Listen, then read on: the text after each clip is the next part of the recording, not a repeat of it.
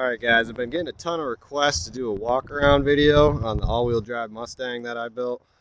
I'll be honest, it's not technically all-wheel drive. It is four-wheel drive, selectable two-wheel drive or four-wheel drive. It does even have 4 low if you want to get a little rowdy, but don't think we'll be doing that. So it's just a regular old build. I mean, LQ4 6.0 with a 4L80, full manual with a trans brake. It's got a 261 transfer case in it. I mean, pretty much simple truck stuff, but I put it in a Mustang. I mean, it wasn't that hard, but it was a lot of work, obviously. So this is how it sits at ride height. Can't really tell much.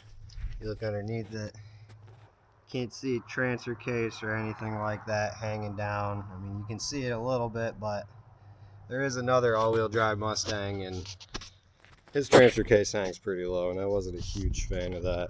So you can see the inside. I mean, I was able to get some nice padded seats in here. The seating position is a little awkward, I'm not gonna lie. You sit pretty far off to the left, and the steering wheel is not necessarily centered, pretty close to the door. But I mean, it works, plenty of headroom. Motion racework shifter, got the transfer case shifter right here, pull back 4-wheel drive, push forward 2-wheel drive.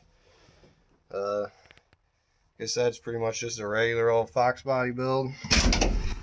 I'll get the hood off for you and we'll take a look at the engine and turbo setup. Here's the engine setup. It's just like I said, an LQ4 6.0 just shoehorned in there. You can see I had to raise the engine up quite a bit and push it back into the firewall. It's half the reason the seating position is so funny, because you're sitting on a transfer case and right next to a transmission, but it fit pretty good. As you can see, the hood still fits with a cowl, but it's just a 6.0 with a Holley single plane intake, throttle body elbow, 102 throttle body. It's got valve springs in it, no cam.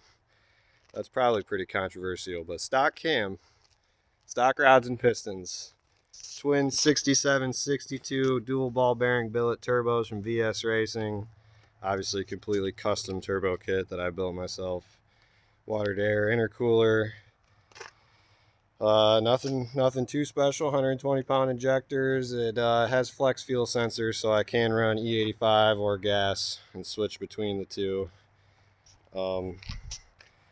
A lot of people ask me, there's no struts sticking in the strut towers, but that's just because of how the suspension is, which I'll get to in a minute. I'll put it up on the hoist and we'll take a look at the bottom side. But part everybody's been waiting for, the front suspension. Well, I'm here to tell you, it's nothing special. It's the front suspension, steering, and differential from a 2003 Ford Ranger. I pretty much just cut the frame on the Ford Ranger right in front and right behind the suspension, and took the whole subframe assembly and basically welded it into the Foxbody unibody. I mean, obviously it was a little more in depth than that, but after getting it all positioned, I mean, it's pretty much just welded in there and brace it up. I mean, you can see I tied the unibody subframe connectors right up into the frame on the front and back. The cage is actually tied into the frame on the back side of the frame rails too.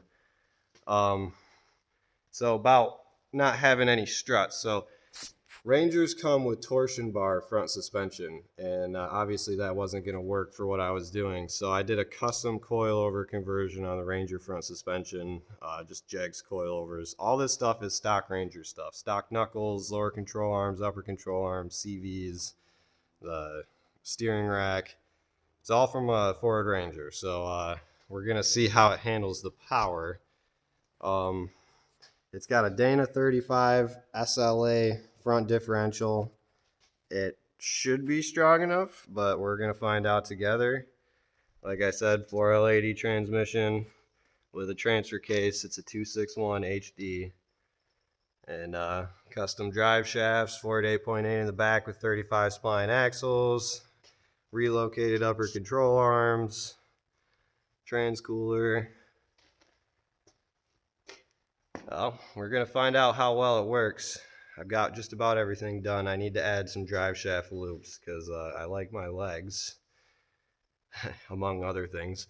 And yeah, I also made these drive shafts. So yeah, we're going to find out how well that works. A lot of these parts straight from Amazon, China, eBay, whatever you want to call it. I'm not rich. Knockoff AEM pumps, all China fittings, China transchooler, China springs, lots of China in this build. Love it or hate it. It's the only way I can afford to do this kind of stuff. So let me know what you guys think. It's been a long process and a lot of work, but it's just about ready to make its first rips. And I'll make sure to bring you guys along with me.